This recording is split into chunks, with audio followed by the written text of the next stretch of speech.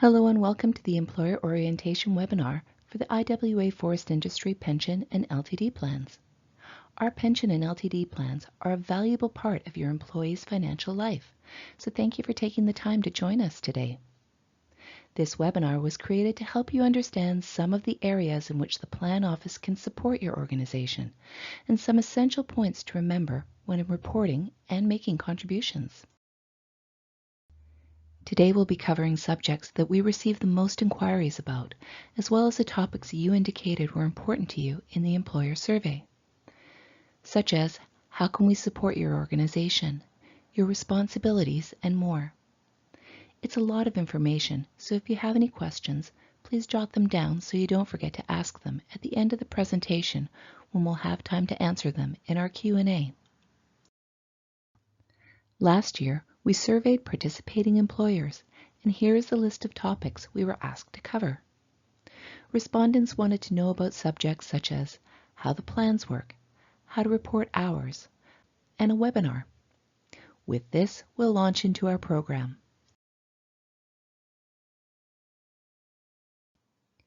First, we'll start with some information about the pension plan. The plan office is a third-party administrator. We work for the Board of Trustees, which is made up of 8 union and 8 industry trustees. The purpose of the pension plan is to provide a lifetime pension in retirement. This supplements additional income sources, including Canadian Pension Plan, Old Age Security, and personal savings, and where appropriate, Guaranteed Income Supplement. Last year, we paid out over $260 million to over 31,000 retirees and beneficiaries. The LTD plan was custom developed for workers in the forest industry who become injured or ill. The plan office administers the LTD plan, which is governed by our LTD board made up of 4 industry and 4 union trustees. The LTD plan provides monthly income benefits, extended benefits, and rehabilitation services to members who are unable to work due to long-term illness or injury. It's valuable to employers not only as an incentive for hiring, but also for getting workers safely back to work after disability. Last year, 96% of members in receipt of short or long-term disability benefits who were deemed fit to return to work successfully returned to work. Contributing to your employees' lifetime retirement income and their health and rehabilitation demonstrates that you care. This commitment to your employees' well-being stands out with top candidates who assess total compensation packages. It's also a key element of employee retention. And because you benefit from the large scale and professional management of both plans, you enjoy predictable contribution rates. The plan office works with investment experts, a board of trustees, and an investment committee to establish and monitor investment strategies that help secure future payments to members. Recently, due to the trustees' long-term investment strategies, the pension benefit level was increased by 41% for current active members and retirees who earn credited service in 2022. And in September 2022, the gross monthly LTD payment for members on claim was increased by $250 from $2,500 a month to $2,750 per month. As we administer both the pension and LTD plans, you don't need to hire pension or benefit administrators to oversee the management of the plans. We work to support you by providing resources like training, information, and helpful portals like EmployerConnect. And we're always just an email or a phone call away. The plan office is here to provide support to employers about our plans and answer questions about reportable hours. Our staff are here Monday to Friday. You can communicate with us by phone, email, or securely through EmployerConnect. Your new updated Employer Administration Manual is now available online. You can find it in the Employer tab of our website under Manuals and Guides. You can also link to it when you're in your EmployerConnect account. We will be sending you a hard copy of your Employer Administration Manual by mail. Next, we'll review the responsibilities your company has in communicating with and contributing and reporting to the Plan Office. Along with submitting employees' hours and providing notifications regarding changes, as a participating employer, you are required to make contributions to your employees' pension and/or LTD plans according to plan rules. You are also required to take contributions off your employees' pay and hold these funds in trust, with the obligation to remit both employee and employer contributions to the plans within a 30-day time frame. Keeping the lines of communication open helps to prevent miscommunication. It's especially important to notify us if your reports or contributions will be delayed.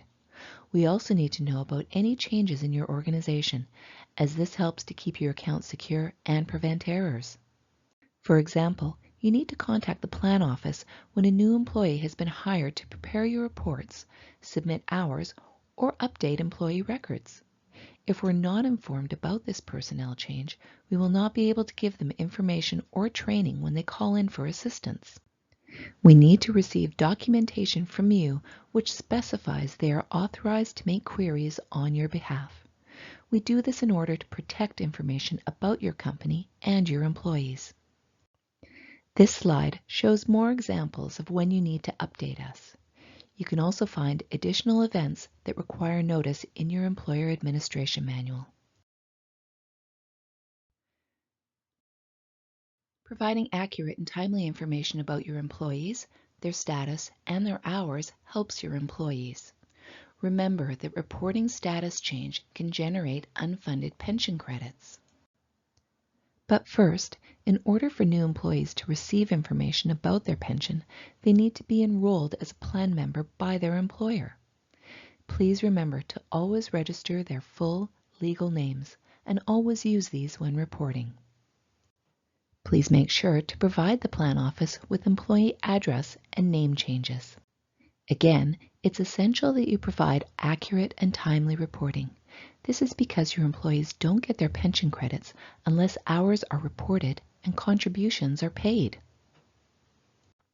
In addition, ensure your employees are provided with beneficiary forms and leave of absence forms when applicable.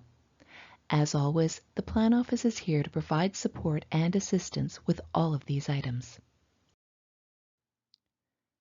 Participation in the pension and LTD plans is determined by the employer's collective agreement with the USW. When you enter into your USW collective agreement, you are agreeing to participate in the pension and/or LTD plans.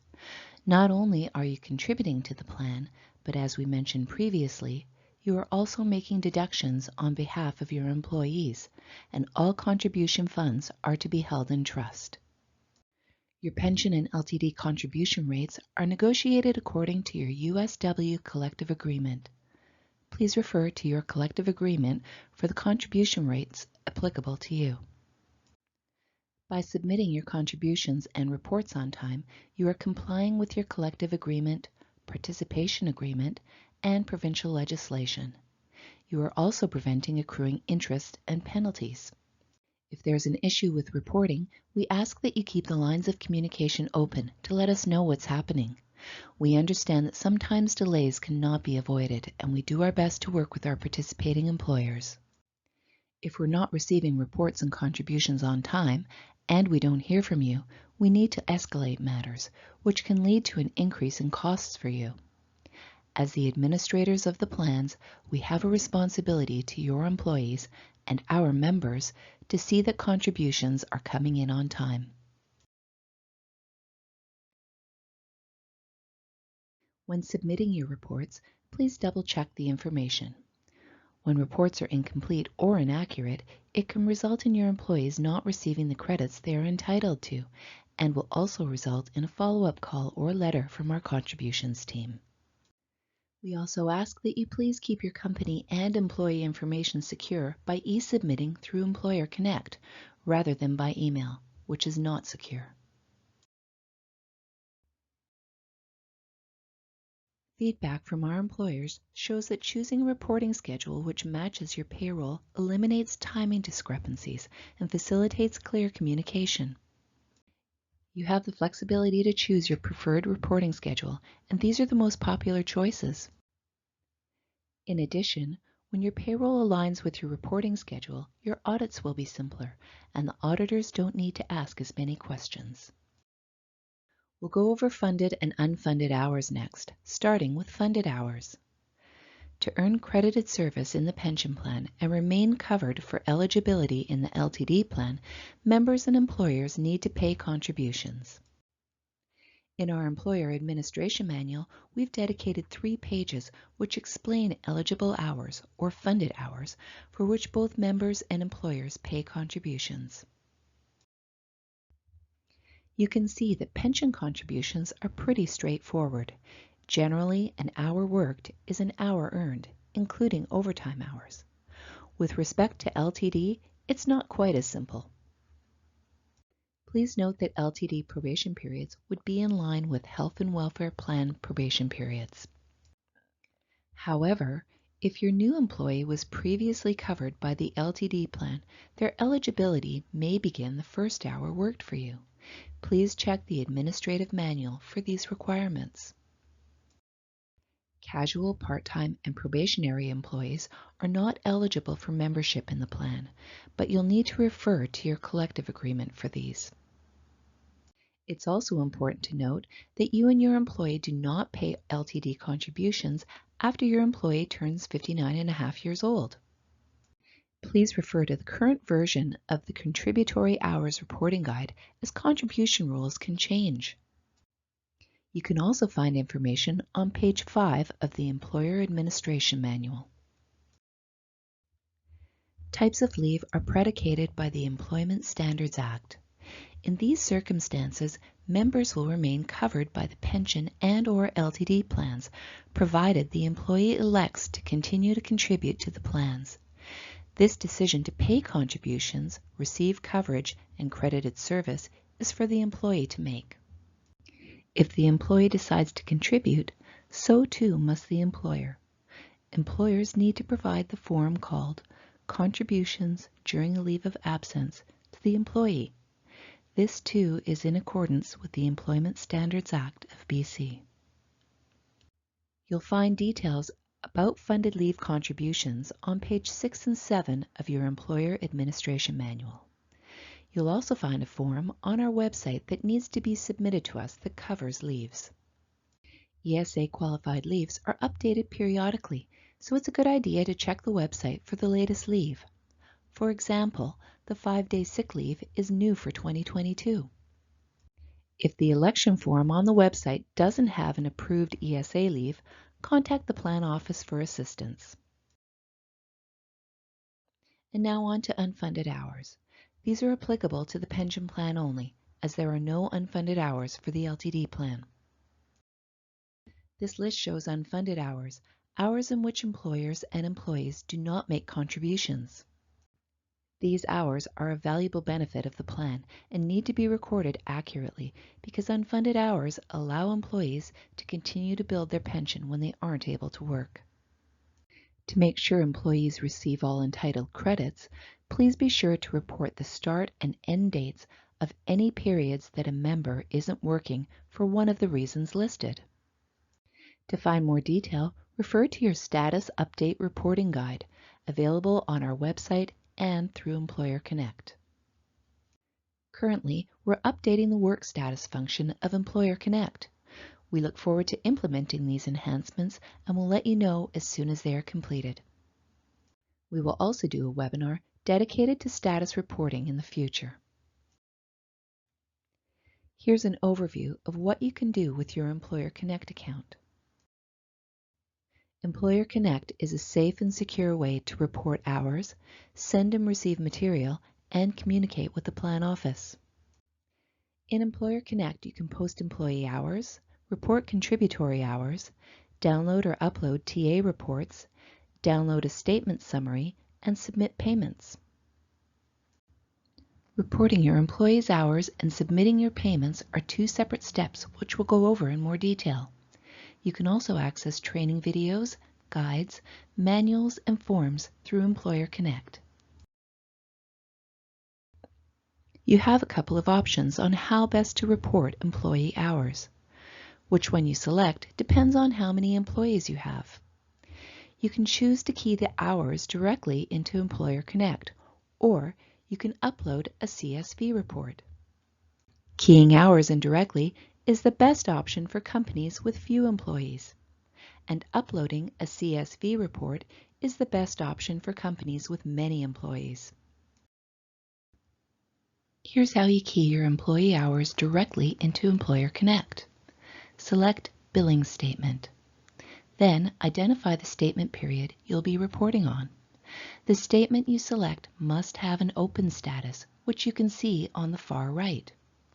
Select Show Employee List, which is indicated by a down arrow. This will reveal your employee list. You'll now see a list of all the employees for the selected period.